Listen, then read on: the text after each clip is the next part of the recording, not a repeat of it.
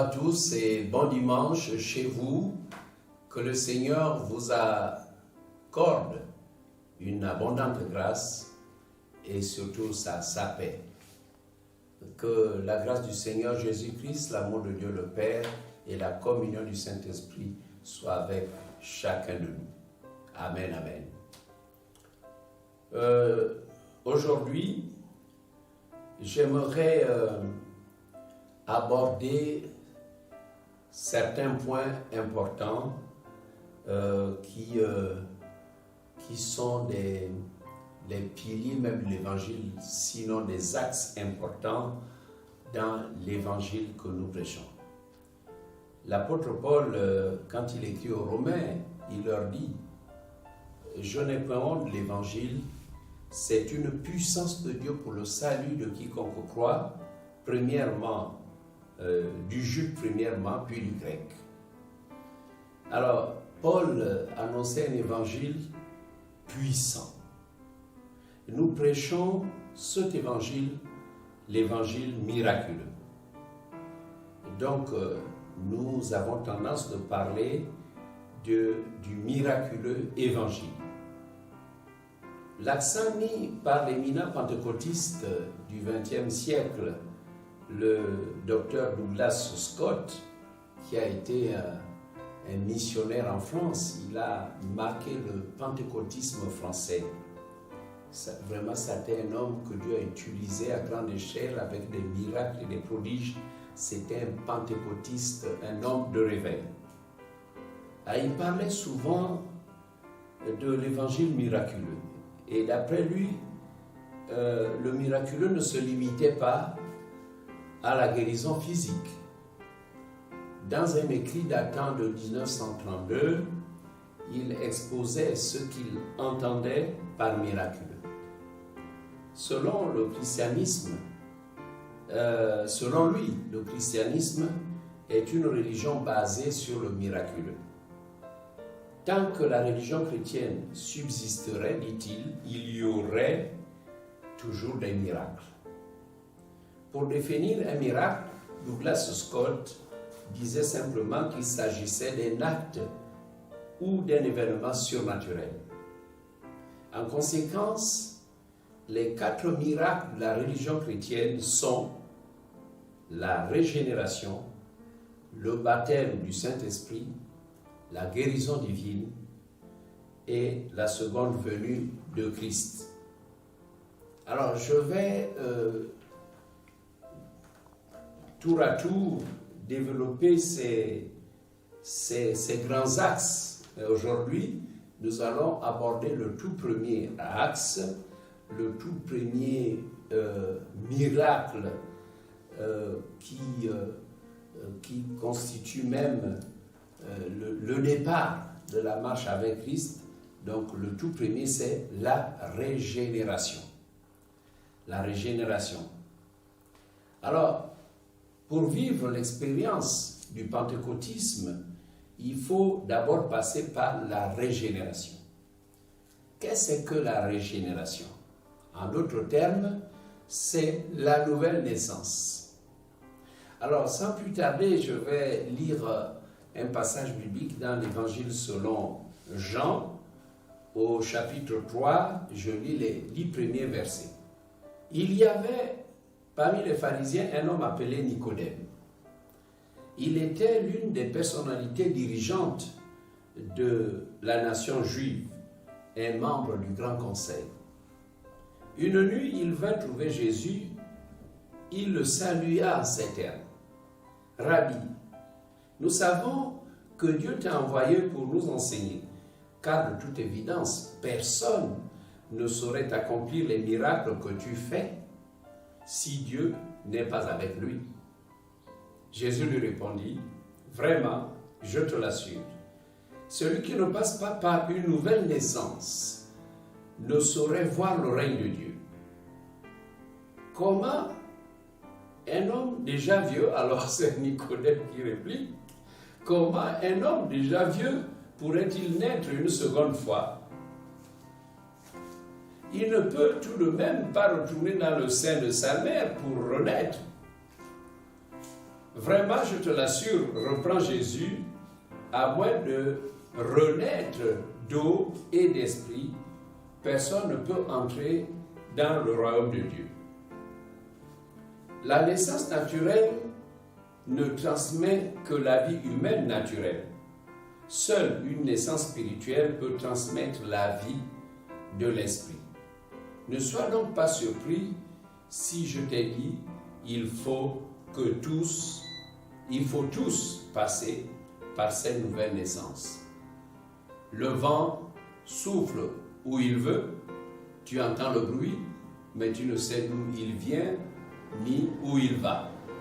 De même, tu ne saurais dire comment un homme renaît du souffle de l'esprit. Mais Nicodème insiste, comment est-ce réalisable? Et comment est-il possible que tu ne comprennes pas ce langage? Lui répondit Jésus.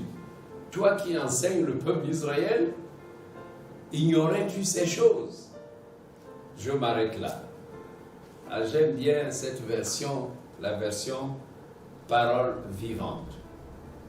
Alors nous parlons aujourd'hui de la nouvelle naissance, qui est une condition sine qua non pour entrer dans le royaume de Dieu. C'est aussi une condition sine qua non pour marcher avec Jésus.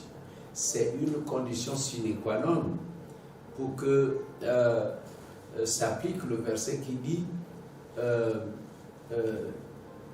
celui qui croit en Christ, toutes choses sont devenues nouvelles. Si quelqu'un croit, les choses anciennes sont passées, voici, toutes choses sont devenues nouvelles. Une condition sine qua non pour que tu fasses l'expérience de la plénitude du Saint-Esprit, ce qu'on appelle le baptême. Voilà une condition sine qua non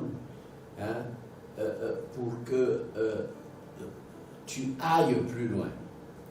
Alors donc, le commencement de toute chose dans la marche avec le Seigneur, c'est ce qu'on appelle la nouvelle naissance.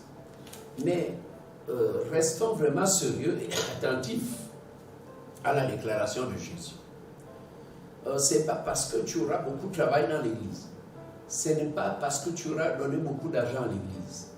Ce n'est pas à cause de ton ancienneté. Ce ne sera pas à cause des diplômes en théologie. Pour entrer dans le royaume de Dieu, il faut être né de nouveau. Il faut être né de nouveau. Alors, essayons vraiment de bien réfléchir. Il y a quand même une question que je vais vous poser. Je ne vous demande pas de répondre. Nous allons réfléchir ensemble. La question est la suivante. Quand et comment s'opère la nouvelle naissance? Eh bien, au verset 8, Jean 3, verset 8, je reprends ce qui est écrit.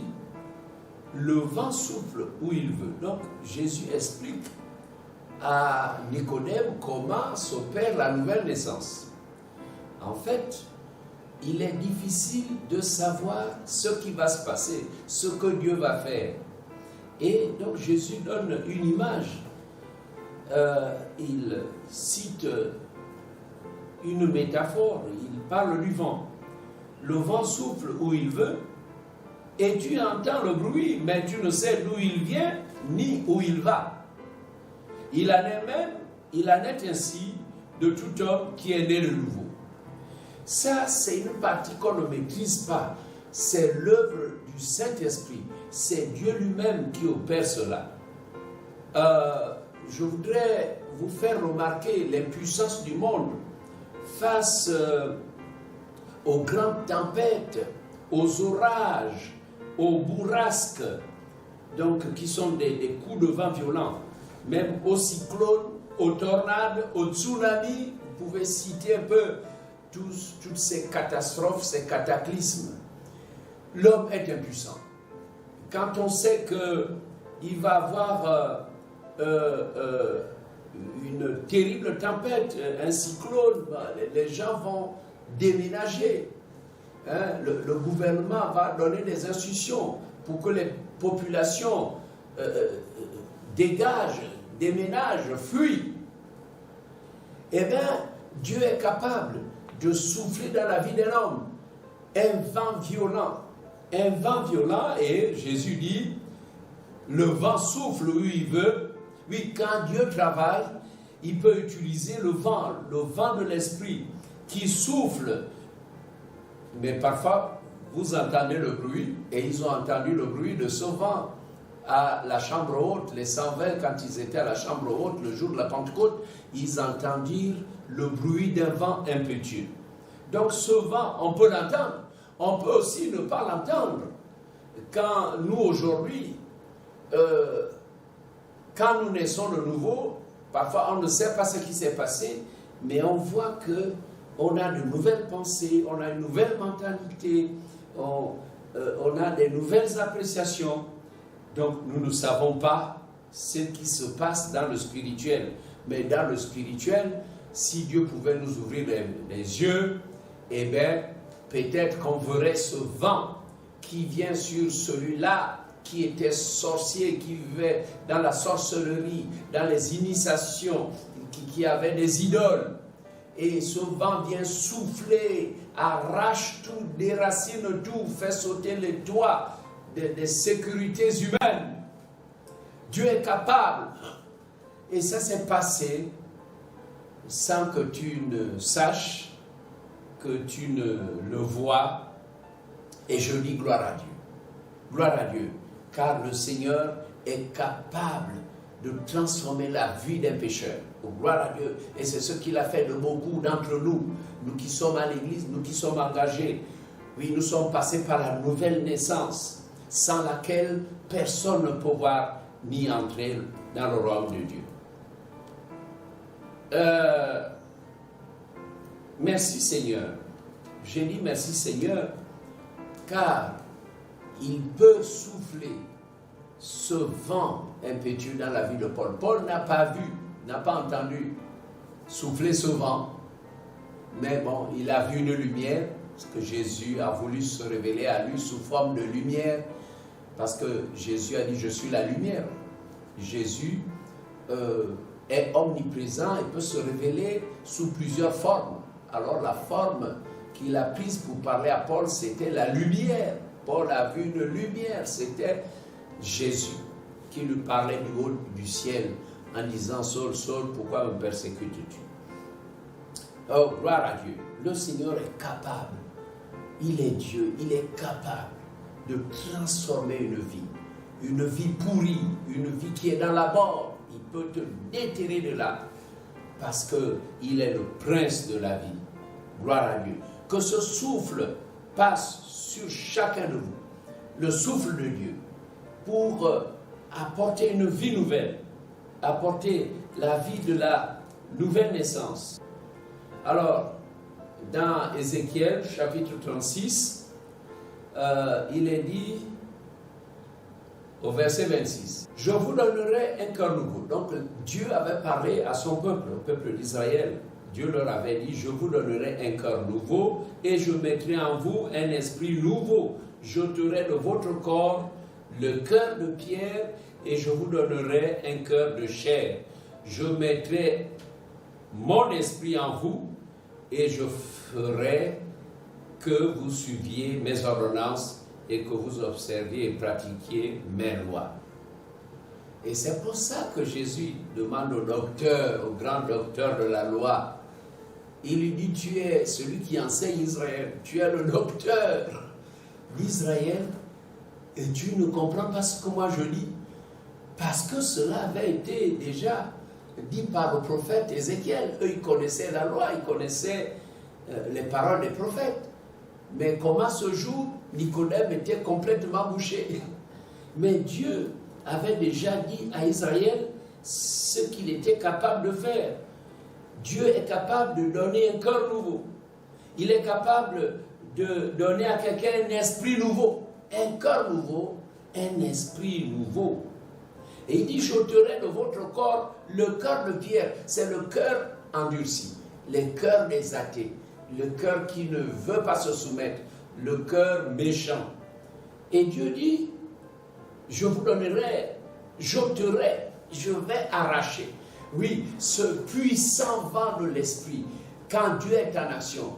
Oui, tu dors, tu ne sais pas, mais pendant que tu es inconscient, Dieu est capable d'arracher ce cœur de pierre, ce cœur dur, ce cœur méchant, et mettre à la place un cœur de chair, c'est-à-dire un cœur tendre, un cœur qui est accessible à la parole de Dieu.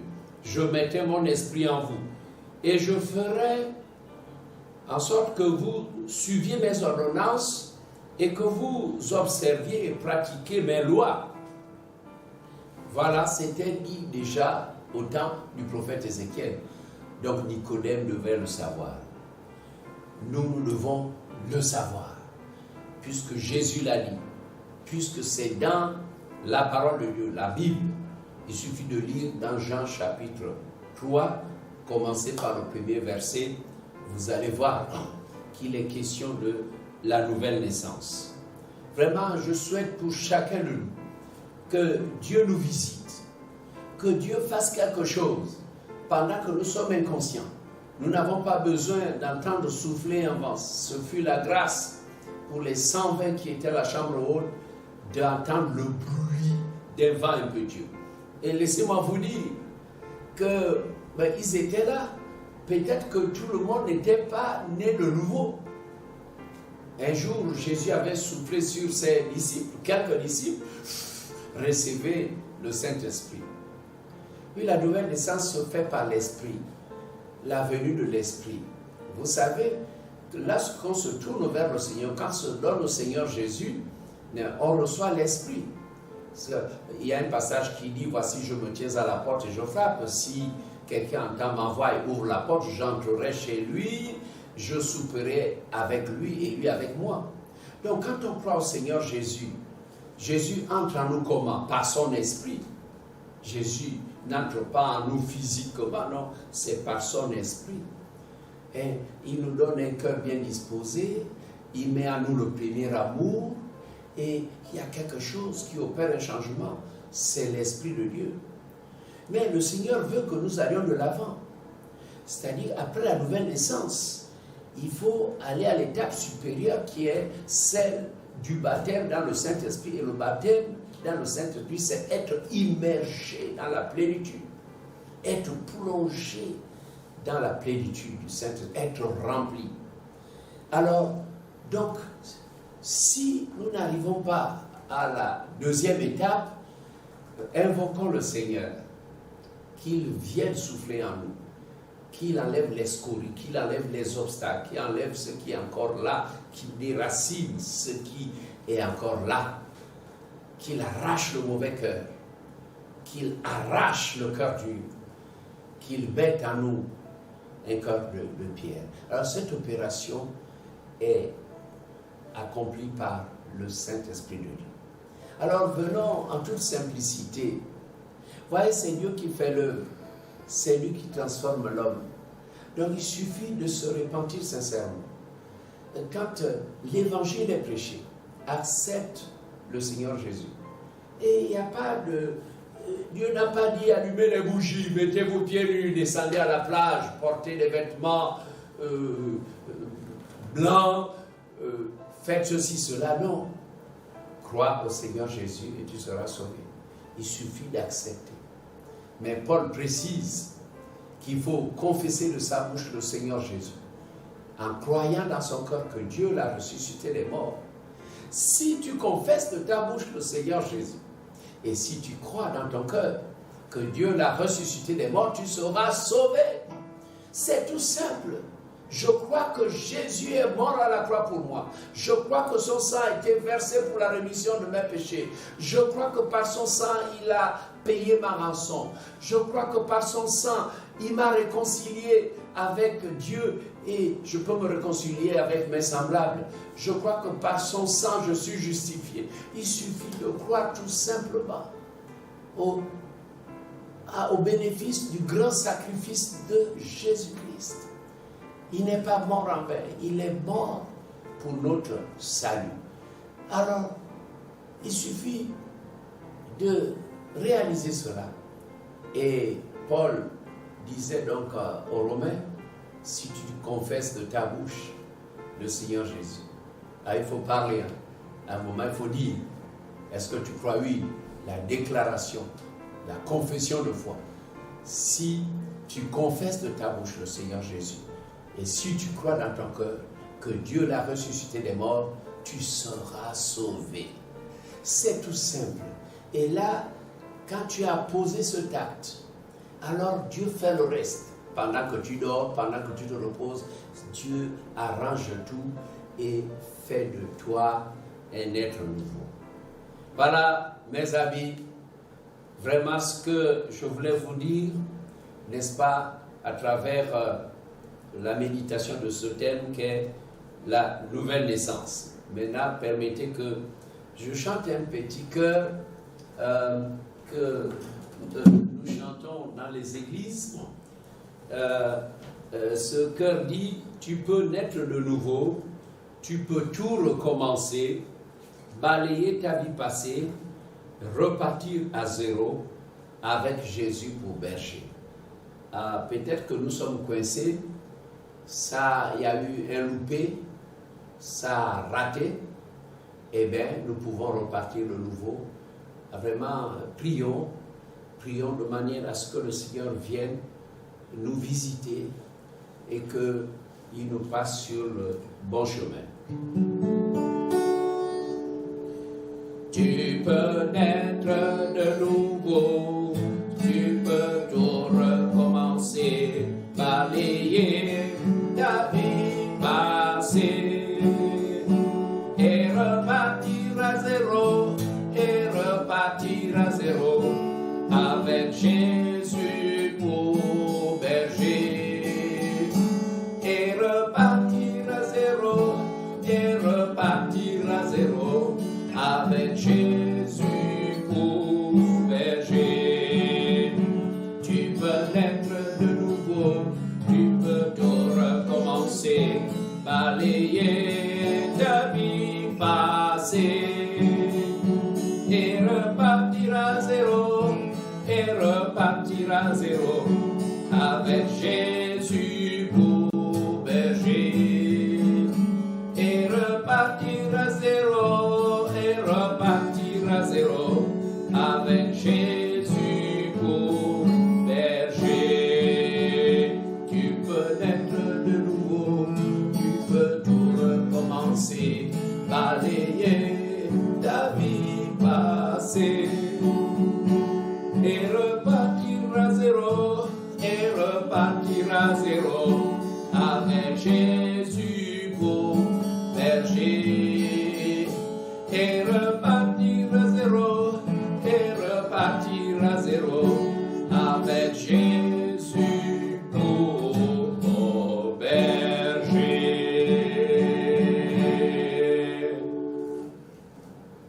Merci d'avoir suivi cette prédication. Que Dieu vous bénisse. Seigneur, merci pour le peuple qui suit tes voix, ceux qui veulent entendre pendant que tu parles par ton esprit.